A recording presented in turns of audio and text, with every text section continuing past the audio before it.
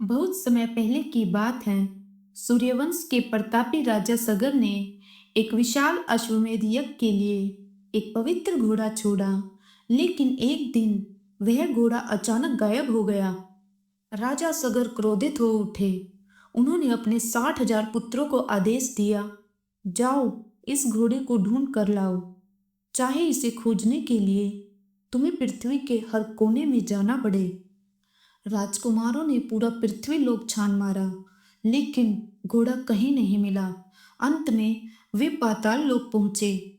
वहां उन्होंने देखा, यज्ञ का घोड़ा एक महान तपस्वी कपिल मुनि के आश्रम के पास बंधा हुआ था। राजकुमार बिना सोचे समझे बोल पड़े, इस तपस्वी ने हमारे घोड़े को चुरा लिया है। वे क्रोध में मुनि को अपशब्द कहने लगे, लेकिन वे नहीं जानते थे कि यह कोई साधारण मुनि नहीं, बल्कि परम सिद्ध योगी कपिल मुनि थे, जो गहरे ध्यान में लीन थे।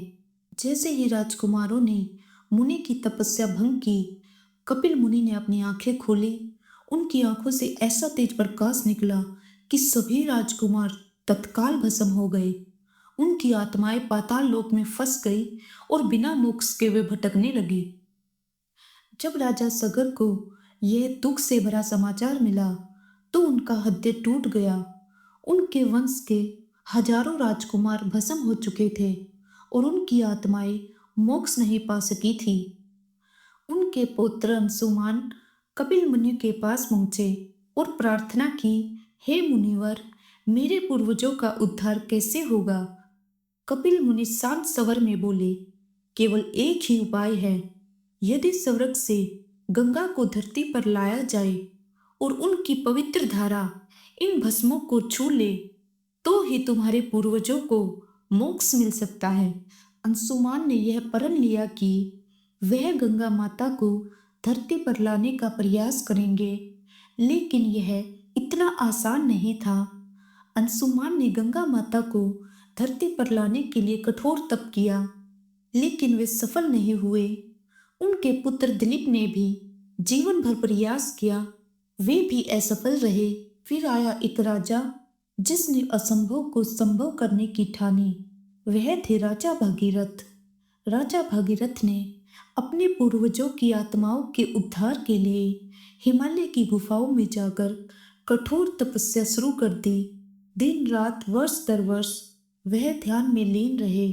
उन्होंने न भोजन किया, न जल ग्रहण किया, केवल भगवान ब्रह्मा का ध्यान किया।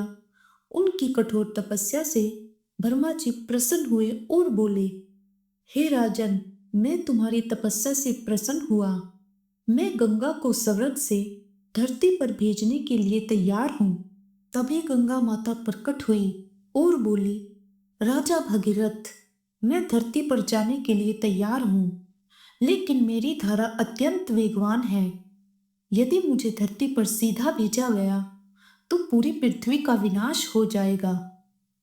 अब भागीरथ के सामने एक नई समस्या खड़ी हो गई। गंगा को संभालने के लिए कौन तैयार होगा? भागीरथ ने अब भगवान शिव की तपस्या शुरू कर दी। कई वर्षों की कठिन तपस्या के बाद शिव जी प्रसन्न हुए और बोले, भागीरथ, मैं गंगा की धारा को अपनी जटाओं में समेट लूंगा, जिससे पृथ्वी पर कोई संकट न आए। जब गंगा माता स्वर्ग से उतरी तो उनका वेग बहुत प्रलयकारी था, लेकिन भगवान शिव ने अपनी जटाओं में गंगा माता को समेट लिया और फिर शिव जी ने अपनी जटाओं से एक धारा को पृथ्वी पर छोड़ा और इस तरह गंगा नदी धरती पर अवतरित हुई। अब गंगा माता भगीरथ के पीछे पीछे पाताल लोक की ओर चल पड़ी। जहां जहां से गंगा बहती गई, वहां की भूमि पवित्र हो गई। अंत में वह उस स्थान पर पहुंची जहां राजा सगर के पुत्रों की भस्म पड़ी थी। जैसे ही गंगा माता की पवित्र जलधारा उन भस्मों से टकराई, सभी 60,000 आत्माओं को मोक्ष मिल गया। गंगा का यह दिव्य कार्य देखकर सभी देवता, ऋषि मुनि और पृथ्वीवासी भागीरथ की जय जयकार करने लगे। राजा भागीरथ की कठोर तपस्या के कारण गंगा माता धरती पर आई, इसलिए उन्हें भागीरथी भी कहा जाता है। इस प्रकार यह नियम बना कि जब भी किसी व्यक्ति की मृत्यु होगी तो उसकी अस्थियों को गंगा में बहाने से मोक्ष की प्राप्ति होगी। और आज भी हिंदू धर्म में इस नियम को निभाया जाता है।